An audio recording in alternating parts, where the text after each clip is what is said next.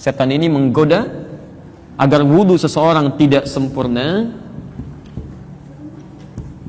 dengan tergesa-gesa dalam berwudu.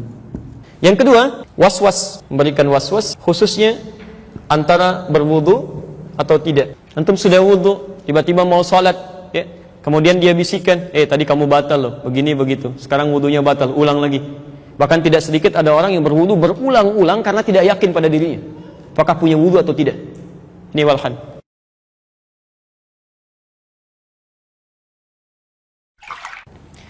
Walhan, setan penggoda saat wudu, dikenal dengan setan wudu. Ya, setan wudu, setan yang menggoda saat wudu, ya. Atau disingkat dengan setan wudu. Wudu. Baik. Bismillah.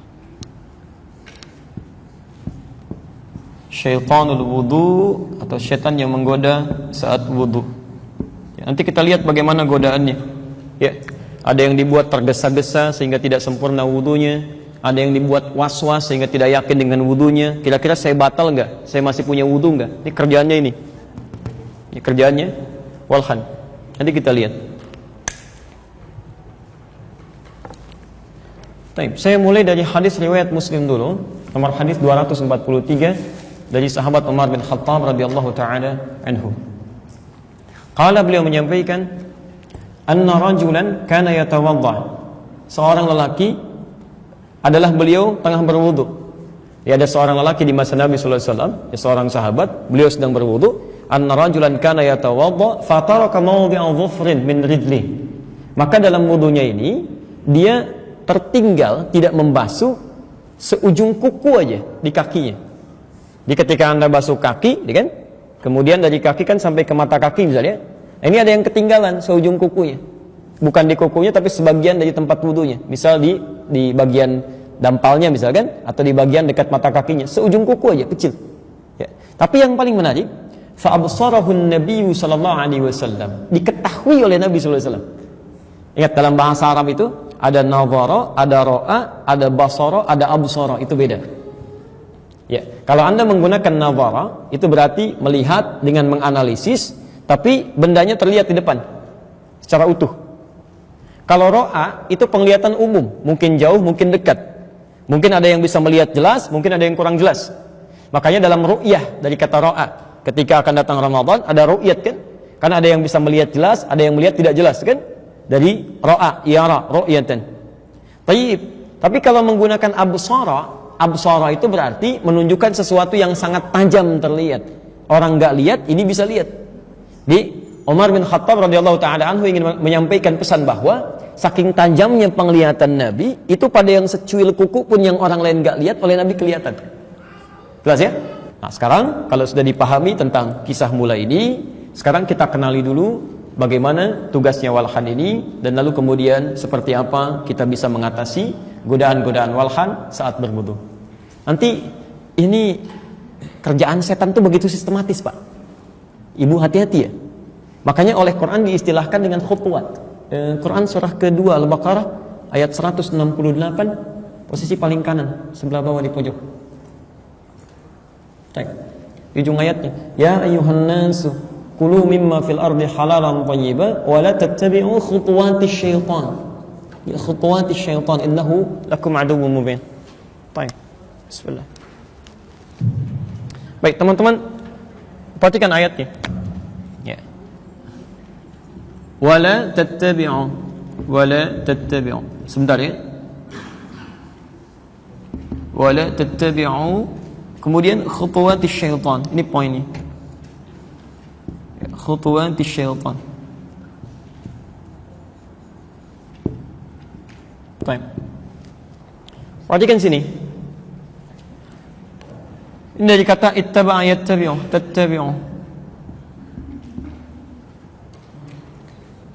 Kalimat apapun yang dimulai dengan ta sebagai huruf tambahan, ini ya Allah menunjukkan makna perjuangan yang serius, ya, usaha yang sungguh-sungguh, serius, usaha yang serius. Apalagi kalau menggunakan tasydid. Ini menunjukkan bahwa hal yang dihadapi itu tidak mudah. Ya, hal yang dihadapi tidak mudah. Padahal kalimat ini asalnya dari kata tabi'a yatba', orangnya disebut tabi'a. Ya, kalau banyakkan disebut tabi'in, sesuatu yang mengikuti. Bisa Allah mengatakan begini, wala tatsbi'u khutuwatis syaitan. Tapi dirubah kalimatnya, bukan dirubah ya, artinya dipindahkan kepada yang lebih tinggi nilainya. Ya. Lihat, firman Allah yang tidak mengatakan wala tatsbi'u, tapi wala tattabi'u. Taknya ditambah dengan tak tambahan, harful mudhara'ah, ditambah dengan tasydid. Ini menunjukkan bahwa, mohon izin, kalau ada kalimat menggunakan tak tambahan di depan menggunakan tasydid, satu, tantangan yang dihadapi tidak mudah. Tidak mudah. Yang kedua, butuh usaha serius untuk mengatasinya. Kalau ini diarahkan kemudian kepada kalimat ayat selanjutnya, apa yang harus kita usahakan? Jangan sampai kita ikuti yang tantangannya tidak mudah. Ini khutuwatis syaitan, perangkap-perangkap setan. Jadi ketika setan itu bertugas, kalimatnya oleh Quran digunakan kata khutuwat sini. Jamak dari kata khutbah. Khutbah. Khutbah itu kalau dalam dunia militer itu rencana yang sudah matang. Ya, strategi yang matang itu khutbah. Bukan cuma plan A, ada plan B sampai plan Z-nya. Ya, kalau Anda menulis tesis atau disertasi di Timur Tengah itu sebelum jadi disebut dengan khutbah, khutbatul bahthi, kerangka penulisan. Itu dari mulai awalnya, referensinya sampai A sampai Z-nya mesti ada dulu. Kalau sudah jelas baru diterima, baru Anda boleh nulis. Itu disebut dengan khutbah. Ya. Jamaknya disebut dengan khutuwat. Jadi bentuk tunggal saja sudah sedemikian detil, apalagi kalau dijamakkan. Artinya Allah ingin menyampaikan godaan setan itu disusun dengan sangat strategis luar biasa, direncanakan sesuai dengan sifat makhluknya yang akan digoda, plus bukan satu cara, tapi bisa banyak cara. Mungkin Anda pertama tidak terburu-buru, tapi begitu selesai wudu dibuat was-was, kamu belum wudu nih, batal tadi itu kan, dan sebagainya. Mungkin seperti itu. Dan jangan kira setelah Anda selesai wudu, selesai godaannya, setan yang lain siap menunggu nanti. Nanti begitu Anda selesai wudu, ya mau takbir masih tenang. Tapi begitu mulai bertakbir, kata Nabi, ada setan selanjutnya yang akan membisikkan ke telinga Anda. Ingat ini, ingat itu. Sampai saat Anda takbir, tiba-tiba Anda bisa mengingat apapun yang tidak ingin Anda ingat. Ya. Dan ujungnya, hatta la yash'urul musalli kam raka'atan yusalli. Sampai ada orang sholat tidak sadar berapa rakaat sedang menunaikan sholatnya. Itu setan yang kedua, nanti kita lihat. Baik. Jadi kita simpulkan dulu sebentar. Pembahasan kita mengenai semua jenis setan, termasuk setan yang pertama, mohon izin, tolong jangan dianggap ringan dia. Karena nanti tidak sedikit, pas kita bahas, tiba-tiba kita kerjakan, ternyata kita kena juga gitu kan. Karena itulah kemudian kita pahami ini, dari mana dia masuk, seperti apa kemudian dia menggodanya. Ya, saya pernah di Bekasi ajarkan tentang setan penggoda dalam sholat, ya, namanya khanzab. Jadi begitu ada orang takbir begini, setannya malah ngajarin itu, hati-hati loh ya, ada setan namanya khanzab ini. Dia sedang takbir itu. Baik ya. Bismillah. Baik. Saya teruskan dulu. Dari isyarat hadis-hadis Nabi tadi, para ulama menyimpulkan bahwa yang pertama yang dilakukan setan ini seperti pernah dipraktikkan pada Khalad Az-Zuraiqi dan sahabat yang tadi yang dilihat oleh Umar bin Khattab. Saya berikan dulu rumus dalam ilmu hadis dan ilmu Quran ya.